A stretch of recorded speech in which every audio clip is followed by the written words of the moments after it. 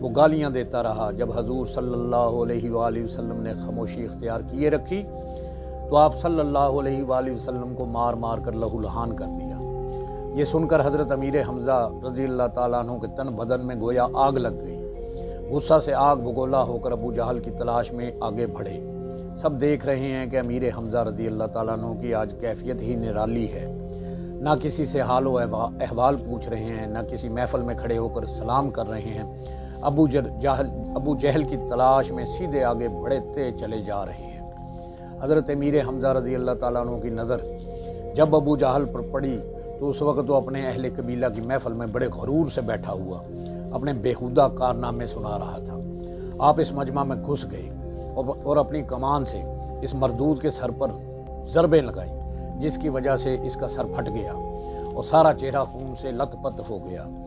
حضرت امیر حمزہ رضی اللہ تعالیٰ عنہ نے غصے سے گرجتے ہوئے کہا، ابو جہل تیری یہ مجال کہ تم میرے بھتیجے کو نعوذ باللہ من ذالک گالیاں نکالے، حالانکہ میں نے اس کا دین قبول کر لیا ہے۔ اگر تجھ میں ہمت ہے اور مجھے روک سکتا ہے تو روک کر دیکھ۔ بنو مخروم قبیلہ کے لوگ اپنے سردار کی اس رسوائی پر سیخ پا ہو گئے اور حضرت امیر حمزہ سے لڑنے کو اٹھے، لیکن ابو جہل بہت ہی مکار تھا۔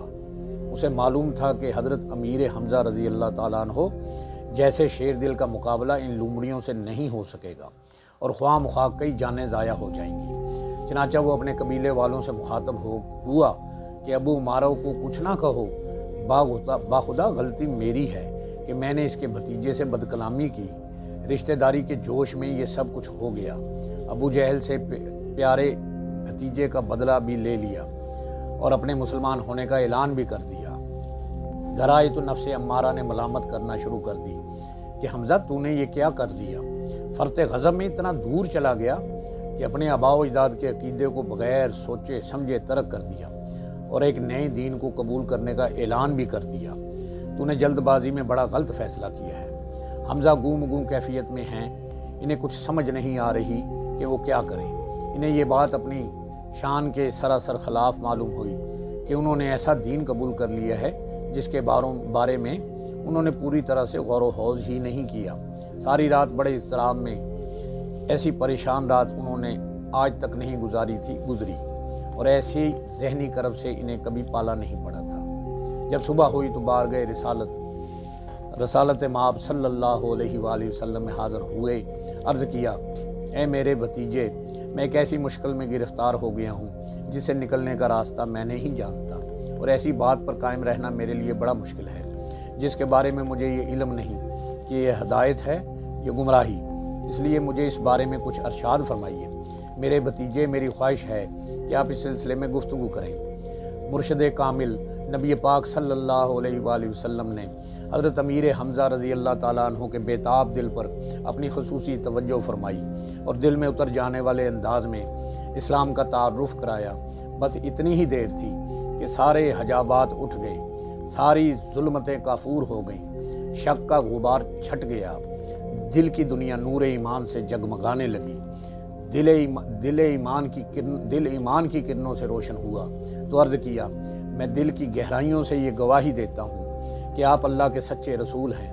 اے میرے بھائی کے فرزند، آپ اپنے دین کا اظہار فرماتے رہیں۔ باخدا میں اس بات کو ہرگز پسند نہیں کرتا، مجھے ہر وہ نعمت دے دی جائے جن پر آسمان سایہ فگن ہے، تاکہ میں اپنے پہلے دین کی طرف لوٹ جاؤں۔ حضرت حمزہ کے ایمان لانے سے عالم کفر پر ایک رعب اور دبدبہ طاری ہو گیا۔ بے آسرا مسلمانوں پر ان کے ستم رانیوں میں بڑی حد تک کمی آ گئی۔ آپ کے اشعار جو آپ نے اپنے ایمان لانے کی خوشی میں بطور شکر و حمد کہے، آپ کی خدمت میں پیش ہیں۔ آپ نے فرمایا، میں اللہ تعالیٰ کی حمد کرتا ہوں جب اس نے میرے دل کو ہدایت دی۔ اسلام قبول کرنے کے لیے جو دین حنیف ہے، وہ دین جو رب کریم کی طرف سے آیا ہے، جو عزت والا ہے، جو اپنے بندوں کے حالات سے باخبر اور ان کے ساتھ لطف و احسان کرنے والا ہے۔ جب اس کے پیغاموں کی ہم پر تلاوت کی جاتی ہے تو ہر عقل مند زیرک انسان کے آنسو ٹپکنے لگتے ہیں۔ یہ ایسے پیغامات ہیں جو احمد مجتبیٰ نبی کریم صلی اللہ علیہ وآلہ وسلم لے کر آئے ہیں، ایسی آیات کے ساتھ جن کے حروف روشن ہیں۔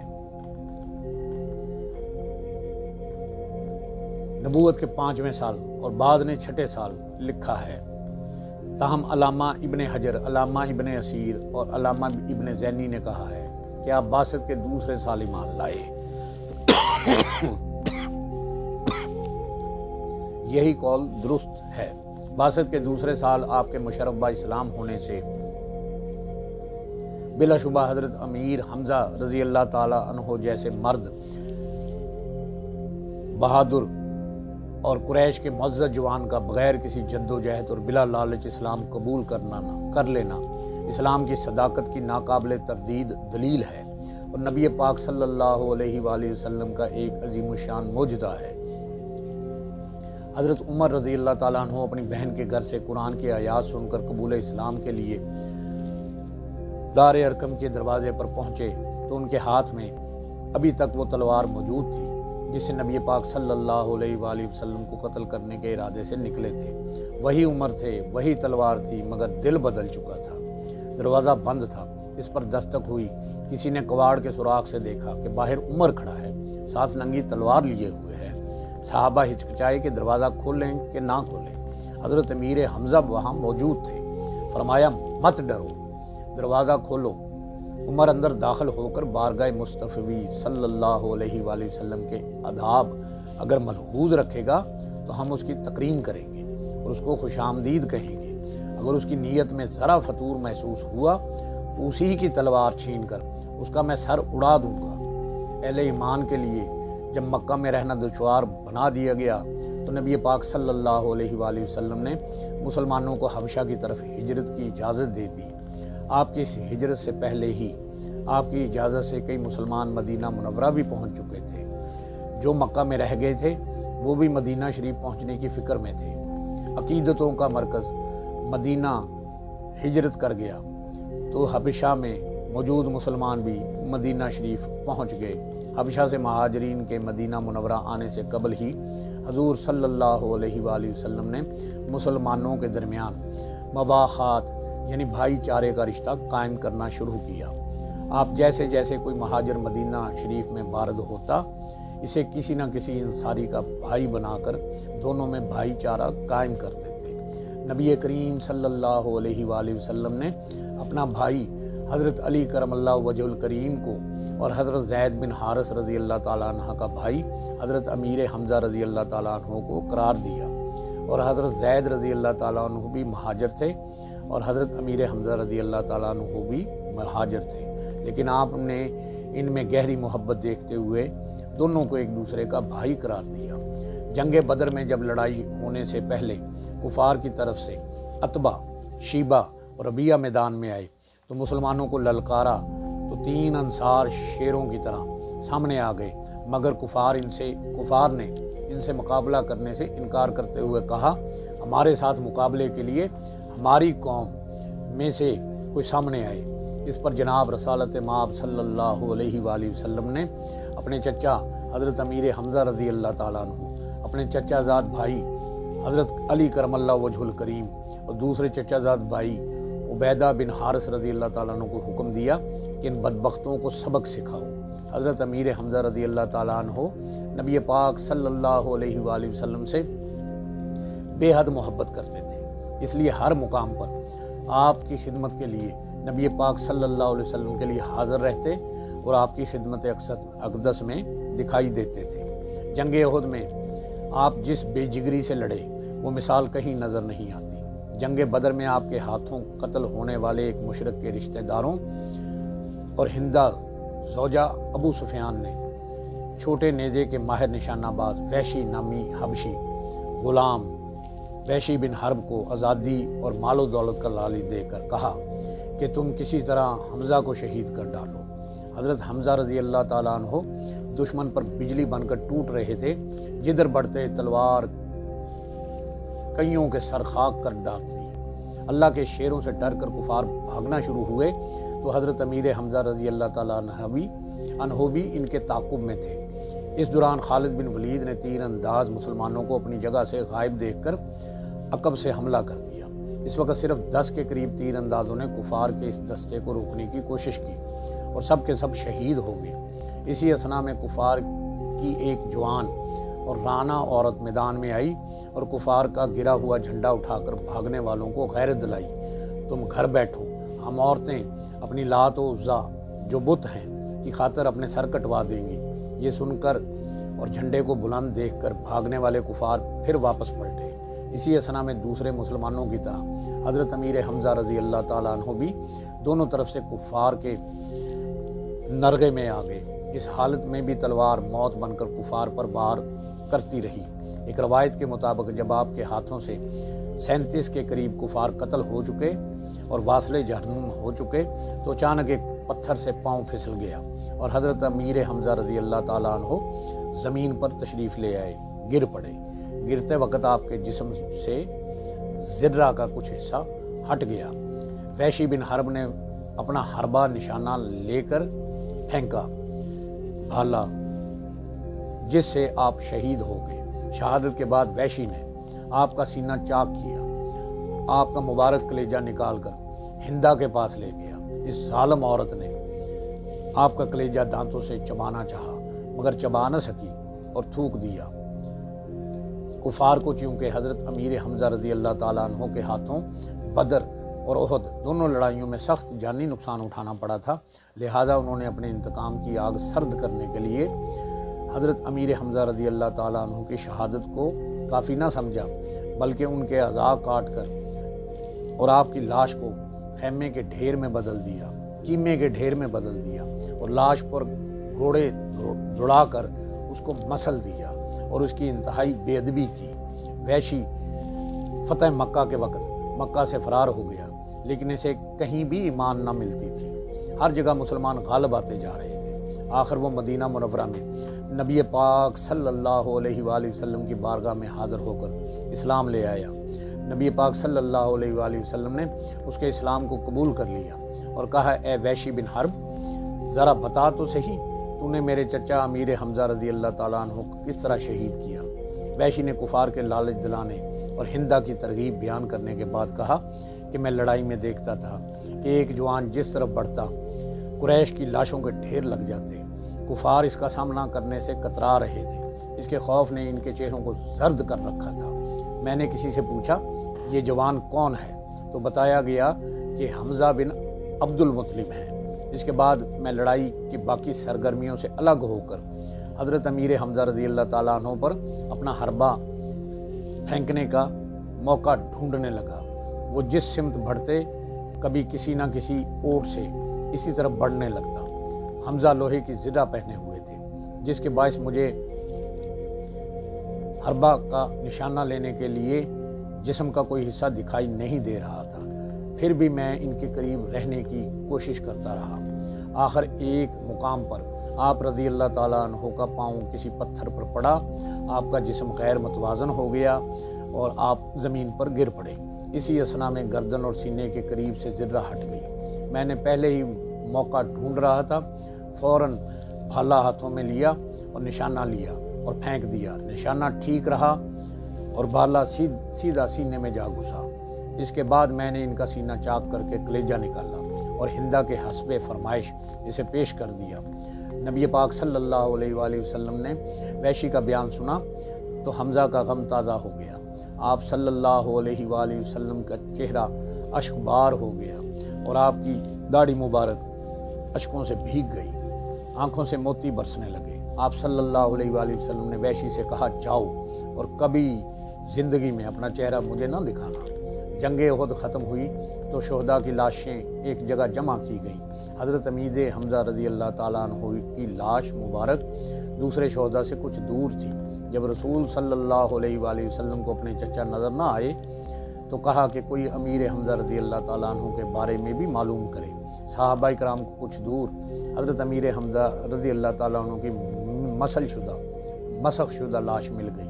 اسی اثنا میں حضرت امیر حمزہ رضی اللہ تعالیٰ عنہ کی بہن حضرت صفیہ رضی اللہ تعالیٰ عنہا شہداء کی لاشوں کی طرف آتی دکھائی دی تو نبی کریم صلی اللہ علیہ وآلہ وسلم نے ان کے بیٹے حضرت زبیر بن العوام کو حکم دیا کہ اپنی ماں کو روکو، کہیں امیر حمزہ رضی اللہ تعالیٰ عنہ کی لاش کی حالت دیکھ کر وہ اپنے حواس نہ کھو بیٹھے۔ حضرت زبیر رضی اللہ تعالیٰ عنہ بھاگے ہوئے گئے اور والدہ کو آگے جانے سے روکنے لگے۔ حضرت صفیہ رضی اللہ تعالیٰ عنہ نے بیٹے کے سینے پر مکہ مارتے ہوئے کہا، سامنے سے ہٹ جاؤ، مجھے معلوم ہے میرے بھائی کی لاش کو مسل دیا گیا ہے، میں لاش پر کھڑی ہوں، بین نہیں کروں گی۔ حضرت زبیر رضی اللہ تعالیٰ عنہ نے نبی پاک صلی اللہ علیہ وآلہ وسلم کو والدہ کی گفتگو پہنچا دی۔ آپ نے فرمایا کہ انہیں آنے دو۔ حضرت صفیہ رضی اللہ تعالیٰ عنہ حضرت امیر حمزہ رضی اللہ تعالیٰ عنہ کے لیے کفن کے طور پر 2 چادریں لائی تھیں۔ نبی پاک صلی اللہ علیہ وآلہ وسلم نے ایک چادر حضرت امیر حمزہ رضی اللہ تعالیٰ عنہ پر ڈال دی، جبکہ دوسری ایک انصاری کی مسخ شدہ لاش پر ڈال دی۔ حضرت امیر حمزہ رضی اللہ تعالیٰ عنہ کے پاؤں ننگے رہ گئے، پاؤں کو ہرمل گھاس ڈال کر چھپایا گیا۔ حضرت امیر حمزہ رضی اللہ تعالیٰ عنہ کی بہادری اور جانثاری کے باعث نبی پاک صلی اللہ علیہ وآلہ وسلم کی بارگاہ سے انہیں سید الشہداء کا لقب ملا۔ امیر معاویہ کے دور میں ایک بار احد کے قریب شہداء کی قبروں والے علاقے کی کھدائی کی گئی تو ایک ضرب سید الشہداء حضرت امیر حمزہ رضی اللہ تعالیٰ عنہ کے پاؤں پر لگی کھدائی کے دوران، جس سے پاؤں مبارک سے خون جاری ہو گیا۔ عمر القفاتہ کے بعد مسلمان مدینہ منورہ واپس جانے لگے تو ایک 10-11 برس کی بچی، چچا مجھے بھی ساتھ لے جاؤ کہتی ہوئی نبی پاک صلی اللہ علیہ وآلہ وسلم کی سواری کی طرف دوڑنے لگی۔ یہ بچی حضرت امیر حمزہ رضی اللہ تعالیٰ عنہ کی بیٹی امارہ بتائی جاتی ہے اور اس کے نام پر آپ کی کنیت ابو امارہ ہے۔ اکثر کتب سیرت میں اس مقام پر اس بچی کی عمر یہی بتائی گئی ہے۔ نبی پاک صلی اللہ علیہ وآلہ وسلم پر حضرت امیر حمزہ رضی اللہ تعالیٰ عنہ نے ابو جہل سے انتقام لیتے ہوئے اس کا سر پھاڑ دیا تو ابو جہل نے اپنے ساتھیوں سے کہا تھا کہ ابو امارہ کو کچھ نہ کہو، غلطی میری تھی، میں نے اس کے بھتیجے کے ساتھ زیادتی کا سلوک کیا۔ اسے معلوم ہوتا ہے کہ سن 2 نبوی میں حضرت امیر حمزہ رضی اللہ تعالیٰ عنہ کی بیٹی امارہ موجود تھی۔ اس کی عمر اس وقت چند ماہ بھی مانی جائے تو اس موقع پر 22-23 سال کی خاتون ہوں گی، کم سن لڑکی نہیں، لہذا عمر بیان کرنے میں محققین سے شاید کوئی غلطی ہوئی ہو۔ پھر امارہ کے علاوہ بھی حضرت حمزہ کی کوئی بیٹی تھی جو اس موقع پر نبی پاک صلی اللہ علیہ وآلہ وسلم کے ساتھ مدینہ واپس جانے کے لیے دوڑ رہی تھی۔ اس دوڑتی ہوئی بچی کی طرف 3 صحابہ نے ہاتھ بڑھائے، حضرت علی کرم اللہ وجہ الکریم، حضرت زید بن حارث رضی اللہ تعالیٰ عنہ، حضرت جعفر بن ابی طالب رضی اللہ تعالیٰ عنہ، ہر ایک کی تمنا تھی کہ وہ اس بچی کو اپنے ہاں رکھے۔ حضرت علی رضی اللہ تعالیٰ عنہ کا دعویٰ تھا کہ وہ اس بچی کے چچا زاد بھائی ہیں۔ حضرت زید کا دعویٰ تھا کہ وہ حضرت امیر حمزہ رضی اللہ تعالیٰ عنہ کے ساتھ ان کی موافقات تھی اور وہ بھائی ہیں اور حمزہ دینی بھائی تھے، لہذا بچی کی پرورش کے لیے ان کو فوقیت دی جائے۔ ان دونوں کے علاوہ حضرت جعفر بن ابی طالب رضی اللہ تعالیٰ عنہ کا دعویٰ بھی تھا کہ حضرت امیر رضی اللہ تعالیٰ عنہ ان کے چچا بھی ہیں، جبکہ حضرت امیر حمزہ رضی اللہ تعالیٰ عنہ کی اہلیہ حضرت جعفر کی اہلیہ دونوں ایک دوسرے کی بہنیں تھیں، جس بنا پر حضرت جعفر رضی اللہ تعالیٰ عنہ کی بیوی بچی کی خالہ ہوئی، لہذا ماں کی طرح تربیت کے لیے لڑکیوں کی خاطر خالہ سے بڑھ کر کوئی نہیں ہوتا۔ نبی کریم صلی اللہ علیہ وآلہ وسلم نے سب کے دعوے سن کر بچی کو حضرت جعفر رضی اللہ تعالیٰ عنہ کے حوالے کر دیا۔ عباسی دور خلافت میں حضرت عباس رضی اللہ تعالیٰ عنہ کے ساتھ حضرت امیر حمزہ رضی اللہ تعالیٰ کو نام بھی خطبہ میں شامل کیا گیا۔ حضرت امیر حمزہ رضی اللہ تعالیٰ عنہ کی شادی اپنے بڑے بھائی حضرت عباس رضی اللہ تعالیٰ عنہ کی اہلیہ حضرت لبابہ کبریٰ ام الفضل کی چھوٹی بہن سلمہ رضی اللہ تعالیٰ عنہ سے ہوئی۔ آپ کی شہادت کے بعد سلمہ سے شداد بن الحاد نے نکاح کر لیا۔ حضرت سلمہ رضی اللہ تعالیٰ عنہ سے حضرت امیر حمزہ رضی اللہ تعالیٰ عنہ کی بیٹی امامہ بنت حمزہ رضی اللہ تعالیٰ عنہ پیدا ہوئی۔ بعض روایات میں اس کا نام امت اللہ امارہ اور بعض میں فاطمہ بتایا گیا ہے۔ اس امامہ کا نکاح حضرت ابو سلمہ رضی اللہ تعالیٰ عنہ کے بڑے بیٹے سلمہ سے خود رسول صلی اللہ علیہ وآلہ وسلم نے کیا تھا۔ اللہ پاک سے دعا ہے اللہ میں حق بات کہنے کی، حق بات سننے کی اور اس پر عمل کرنے کی توفیق عطا فرمائے۔ آمین بجاہ نبی الکریم الامین۔ وآخر دعواہم ان الحمد